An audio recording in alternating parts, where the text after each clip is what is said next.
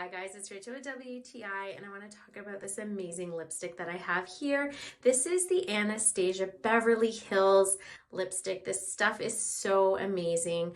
If you look at this gorgeous case that you have here, it's so pretty. It's like a rose gold color. And when you open it up, you have the symbol on it as well. If you turn it, you've got the bullet-like classic look so that it's going to detail your lips when you're putting it on. This is pigment color the color is going to last on your lips.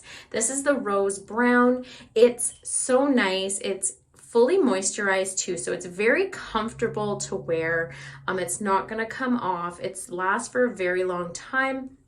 This is dermatologist tested as well. So for those of you who worry about what are inside your lipsticks, this is cruelty free. It's mineral oil free.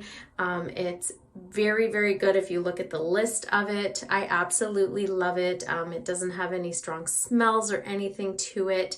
The colors are beautiful. It comes in a lot of different colors. So if this is not your color, there's a whole list for one that will match you.